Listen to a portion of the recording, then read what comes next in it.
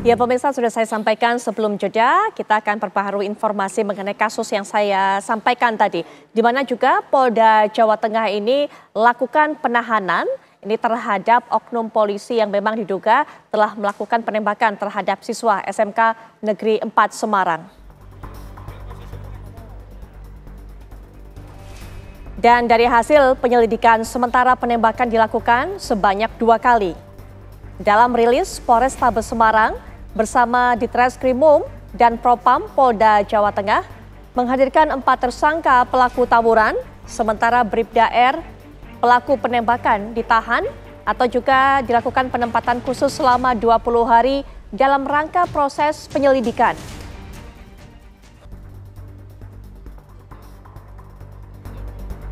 Keterangan lebih lanjut akan kita dapatkan dari narasumber yang sudah bergabung dengan kita melalui daring, yaitu Kombes Pol Artanto selaku Kabid Humas Polda Jawa Tengah. Selamat malam Pak Artanto. Selamat malam Mbak Putri.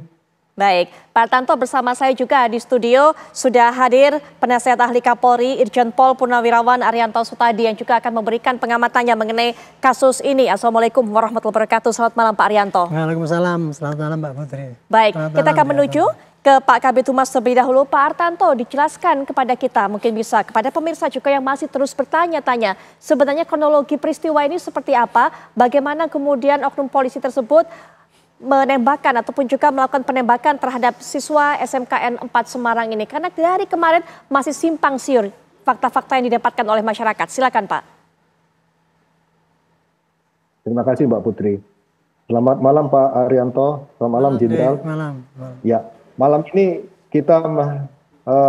saya akan menyampaikan tentang proses penanganan terhadap kasus KREA atau tawuran, dan kedua kasus penanganan penembakan yang dilakukan oleh anggota Polri tersebut.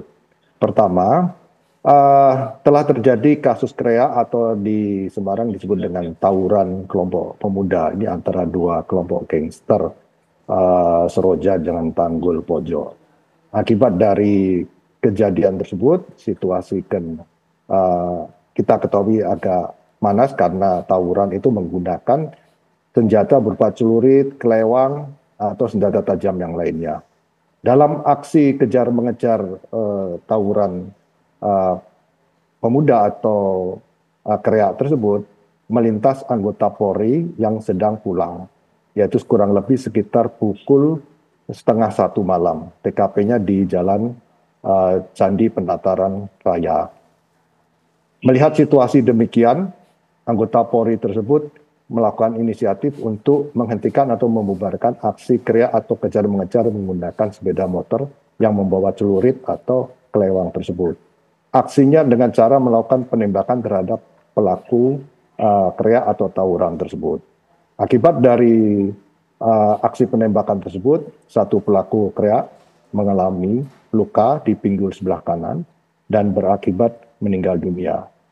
Pada saat anggota tersebut melakukan penembakan, bersangkutan menyisir lagi lokasi di mana pelaku itu melarikan diri dan ditemukan di jalan, dan akhirnya oleh anggota tersebut dibawa ke rumah sakit. Demikian Mbak secara singkatnya.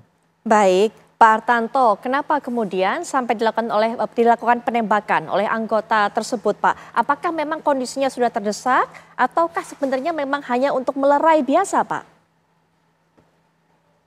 Nah, ini sedang kita lakukan penyelidikan mendalam terhadap anggota tersebut.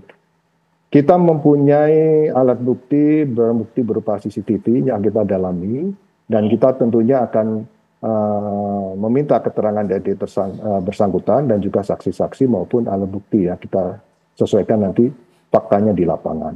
Tentunya untuk saat ini yang bersangkutan mengakui bahwa melihat terjadinya aksi kekerasan berupa KREA dan juga diduga juga oleh bersangkutan itu begal karena saling kejar mengejar menggunakan senjata tajam.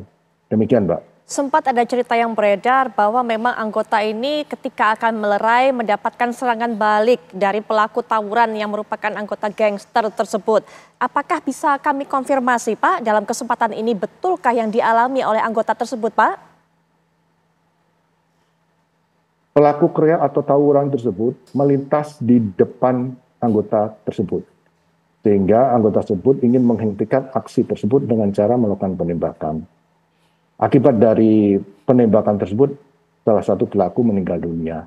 Nah, ini yang kita lakukan proses terhadap yang bersangkutan, apakah sudah sesuai dengan SOP bagi seorang anggota polisi untuk menghentikan tindakan masyarakat yang sifatnya mengganggu ketertiban umum dengan cara melakukan penembakan.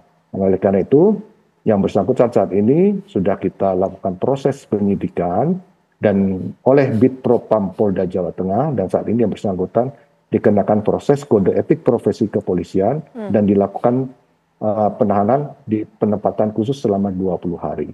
Demikian, Mbak. Baik, Pak Arianto, memang ini masih terus dilakukan pendalaman. Kita hanya bisa mendapatkan cerita seperti itu hingga sejauh ini. Tapi kalau dari cerita yang disampaikan oleh Pak Kabid Humas, betulkah tindakan yang dilakukan oleh anggota tersebut? Tapi nanti, Pak Arianto, kita akan jeda sejenak. Saat kami kembali, Pak Arianto juga akan memberikan pandangannya sesaat lagi.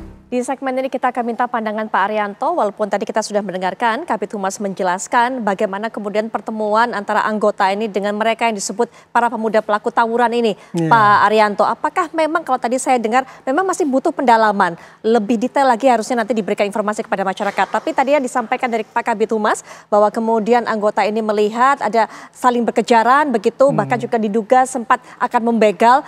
Nah, kemudian diletuskanlah tembakan tersebut. Sudah sesuai SOP penanganan seperti itu, Pak Arianto? Ya, kalau dari cerita yang singkat itu ya, kemudian ada orang tertembak, kemudian alasannya katanya karena habis tawuran dan kemudian ketika kepergok ya sama anggota polisi yang di dinas di narkoba itu. Dan saya tanyakan pada Kapoltabesnya itu, dia tidak dalam keadaan tugas untuk operasi pembongkaran itu. Baik, pulang dari bekerja posisinya. Ya, jadi apapun alasannya, kemudian ada orang tertembak meninggal dengan alasannya itu habis tawuran, itu pasti tidak akan mungkin bisa dibenarkan. Karena apa? Senjata api itu yang dipakai oleh polisi itu, di dalam ketentuan pemakaiannya itu jelas ada ya, sangat jelas sekali di dalam Perkap nomor 8 tahun 2009. Kebetulan saya yang bikin Perkap itu sehingga saya hafal betul. Jadi senjata api polisi itu hanya dipakai untuk melindungi jiwa seseorang. Entah jiwa diri sendiri dari ancaman yang bertubi-tubi yang sudah jelas mematikan, atau jiwa seseorang, misalkan ada orang mau dimakan orang gila, kita boleh nembak orang gilanya itu. Itu. Atau orang mau dibegal, mau sudah dibacok gitu, kita bisa boleh membunuh begalnya itu. Baik. Jadi untuk melindungi itu. Nah ini kan kalau dikejar-kejar, apa alasannya kan itu katanya ada yang ini. Nah, saya ingin menyoroti begini ya. Ini sebetulnya ini polisi kelihatannya kurang pandai ya memanage media. Berita yang meledak ini kan berita polisi menembak anak kecil. Jadi seakan-akan polisi demikian brutal, ngawur saja, kemudian nggak menggunakan senjata, tidak ini. Tapi kemudian ketika diekspos, mestinya kan diberitakan seperti itu, polisi kan mestinya berpikir ya, wah polisi udah dituduh, wah buruk ini ya, bagaimana caranya meredam supaya tidak dibully terus kan itu. Mestinya kan dia menjelaskan apa yang terjadi sesungguhnya gitu. Tetapi kemarin di dalam press release pertama kali yang diutarakan justru apa itu, tawurannya itu, celuritnya ditunjukkan. Akhirnya kan polisi ini nyari pembenaran, seakan-akan melindungi oknumnya yang jahat itu tadi kan gitu kan. Ini saya nggak ngerti apakah tidak disadari oleh polisi apa tidak. Tapi kemudian tadi ketika saya tanya, kemarin Mbak Putih kan tanya saya, Pak, apakah dengan rekonstruksi itu, prarekonstruksi itu nanti akan menguak apa yang terjadi? Saya jawab kan, ya pasti akan terkuak nanti kalau sudah saksi semua termasuk saksi yang melihat bagaimana penembakan itu. Entah ini kan hanya saksi-saksi yang orang tawuran. Nah ternyata karena begini, kejadian tawurannya itu yang menangani adalah Poltabes. Adapun penembakan itu ditangani oleh Propam. Sehingga Propam tidak bisa membawa itu untuk di dalam prarekonstruksi kemarin itu. Jadi Poltabes belum mendapatkan gambaran utuh mengenai apa yang dilakukan oleh si penembak polisi itu. Baik. Yang tahu sekarang adalah Propam. Nah mestinya dalam hal ini kalau seandainya polisi itu ingin menjelaskan pada rakyat ya, betul-betul bahwa apakah ini memang polisi yang brutal, polisi koboi-koboinan apa enggak itu, mestinya dijelaskan apa yang terjadi itu begini loh gitu ya. Yang terjadi itu seperti tadi disampaikan oleh Pak Kabid Humas tadi. Tapi kan hanya sebagian-sebagian masih sepotong-sepotong apa yang terjadian itu kan. Hanya katanya bahwa itu ketorgok kemudian menembak gitu kan, ditembak kena ini gitu. Sehingga kita tidak bisa mendapatkan gambaran apakah anggota tersebut betul-betul dalam keadaan terdesak atau tidak. Makanya itu yang kita sama-sama ingin mendapatkan informasi saya lebih yakin lanjut. Dia juga belum dapat gambaran karena oknumnya itu ditangani Propam. Jadi Poltabes itu tidak tahu persis apa yang dilakukan oleh anggota gitu. Artinya Pak Arianto ini sepertinya penyelesaiannya dilakukan secara terpisah, cukup lambat menurut Pak Arianto ini? Menurut saya sih cepat ya, cepat. Tapi lambatnya adalah lambat memberitahukan hasilnya kepada rakyat. Lambat menginformasikannya? Iya, lambat menceritakan pada rakyat supaya rakyat itu tidak dendam banget sama polisi, itu mestinya kan diterangkan. Gininya kayak gini, dan kemudian yang terakhir saya sarankan ya, apapun ini kejadiannya itu jelas polisi itu menghilangkan nyawa orang dengan cara yang tidak benar ya gitu ya. Mestinya polisi minta maaf lah gitu atas keteledoran anggotanya itu. Adapun untuk bagaimana prosesnya, ini anggota itu pasti diproses di samping kode etik juga pasti nanti menjelarnya kepada pidananya juga. Apakah dia 358 atau 359 atau apapun. Tapi paling tidak dari serat ini saya mewakili polisi ya, saya minta maaf lah ini karena itu sampai masih terjadi seperti itu ya. Walaupun saya yakin bahwa anggota itu menembaknya bukan bermaksud brutal koboi-koboinan, tetapi dia secara tidak sadar ya waktu itu dengan refleksnya itu menghadapi orang kayak gitu kemudian langsung nembak. Kebetulan kena dan mati. Iya, Pak Hartanto yang disuarakan oleh Pak Arianto tadi juga mungkin mewakili suara masyarakat menginginkan adanya keterbukaan, adanya transparansi informasi dari pihak kepolisian. Pak Hartanto. Ya, terima kasih Mbak. Kita turut berbelasungkawa ya atas meninggalnya almarhum Gama ini ya.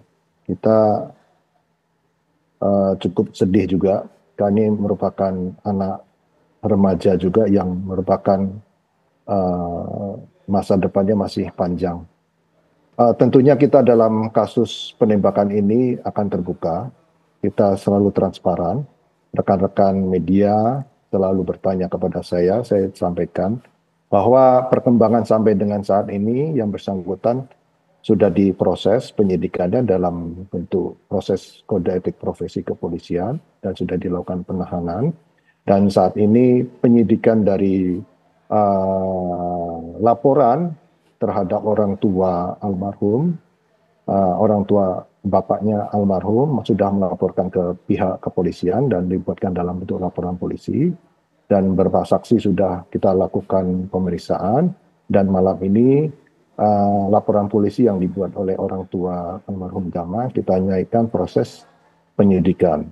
Dan besok pagi kita akan melaksanakan giat ekshumasi terhadap almarhum Gama di Sragen. Dan kita tentunya di sini kasus penembakan tersebut akan dilakukan proses kode etik profesi, kemudian juga kasus tidak pidana hukumnya juga berlanjut. Jadi dua kasus itu paralel terhadap Aib2R tersebut. Demikian. Baik, terakhir mungkin juga Pak Arianto, pesan juga untuk kinerja kepolisian apa yang perlu ditekankan lagi? Ya, saya apresiasi ya kalau kemudian itu si oknum penembak itu tidak hanya etika profesi ya, tapi juga termasuk dalam pidananya ya. Tapi kalau pesan saya kepada polisi yang menangani dan juga pada polisi dimanapun berada, sekarang ini polisi kan lagi disorot ya gitu ya, dengan tindakan-tindakan yang brutal ataupun yang tidak tepat itu pasti polisi akan disorot. Nah ini yang harusnya tugas pokoknya adalah polisi menjelaskan. Inilah yang terjadi bahwa polisi juga kita tuh anggota kita itu yang nembak itu kan maksudnya karena orang itu bawa senjata dan sebagainya. Tadi saya dengar katanya itu disangkanya begal atau apa gitu ya. Sehingga dia langsung tembak aja gitu, dor-dor gitu. Nah ini juga saya sudah saran pada Bapak Kapolri ini harus dievaluasi. Masalah penembakan salah tembak itu harus dievaluasi. Tapi kebanyakan kalau ada gitu kan orang evaluasi orangnya, mentalnya, kejiwaannya, apakah SOP-nya benar apa tidak, kredibilitas dan sebagainya. Saya sarankan dievaluasi jenis senjata yang diberikan pada polisi. Baik, kenapa Pak? Kenapa? Apa pentingnya itu? Saya menyarankan polisi sebaiknya jangan dikasih senjata yang mematikan, membunuh, tetapi senjata yang melumpuhkan sesuai dengan standar HAM. Selama ini kan polisi dipersenjatai ya, dari mula karena dulu turunan sejak perang dulu, kemudian senjatanya hanya itu doang gitu ya. Sampai sekarang pun ketika kita menghadapi unjuk rasa juga pakai senjata api. Akhirnya kan juga kadang-kadang kan walaupun sudah dikasih ke peluru karet, kena juga ada yang nyasar gitu. Nah, makanya saya sudah menyarankan Bapak Kapolri tolong yang dievaluasi dan direformasi itu bukan hanya bagaimana penggunaan senjata api oleh anggota polisi, ya, tetapi juga peralatan yang diberikan pada polisi itu mestinya dievaluasi. Polisi yang tidak punya tugas apa-apa nggak perlu dikasih senjata. Baik. Kalau toh dikasih senjata, ya dikasih senjata, tapi pelurunya karet. Sehingga suatu saat dia seperti itu tadi, nembak pertama kali mesti karet dulu, baru senjata tajam. Nah kemudian kalau untuk yang kita menangani unjuk rasa ataupun tawuran itu, senjatanya adalah senjata penjerat untuk nangkep orang tanpa membunuh. Senjata penjerat atau pelumpuh istilahnya. Itu bisa ada penjerat atau bisa pembius ya, ataupun senjata modern lainnya lah, tongkat kejut gitu ya, itu bisa dipakai. Itu saya kira dengan begitu akan sangat mengurangi terjadinya salah tembak oleh polisi di lapangan. Gitu. Jadi saya juga kasihan juga anggota di lapangan itu ya. Dan ini mereka juga tidak sengaja membunuh orang, tapi kemudian gara-gara dia tidak salah perhitungan itu sampai gitu, kemudian disalahkan mutlak gitu ya.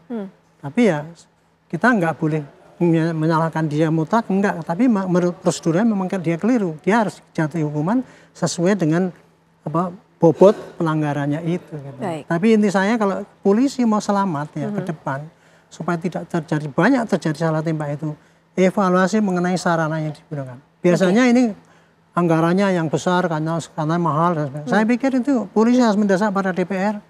Kalau kita ingin supaya tidak salah tembak dan sebagainya, tolong kami diberi peralatan yang canggih, yang modern, yang manusiawi lah gitu. Dan kami akan memberikan senjata yang mematikan itu hanya kepada tugas polisi yang betul-betul menghadapi ancaman, misalnya terorisme, KKB, kemudian apalagi narkoba, yang itu yang suatu saat akan serangan itu baru dikasihkan pada polisi yang itu. Yang lain-lainnya itu cukup senjata untuk pelumpuh saja. Melumpuhkan saja. Baik, Pak Arianto tadi terima kasih. Semoga kita bisa belajar banyak, termasuk juga tadi evaluasi mengenai jenis senjata apa yang seharusnya dipegang oleh polisi bisa dilakukan secara menyeluruh. Pak Arianto juga terima kasih sudah meluangkan waktu memberikan keterangan dalam program ini, dan kita masih akan terus tunggu Pak bagaimana proses pendalaman dilakukan. Selamat malam para narasumber. Wassalamualaikum warahmatullahi wabarakatuh.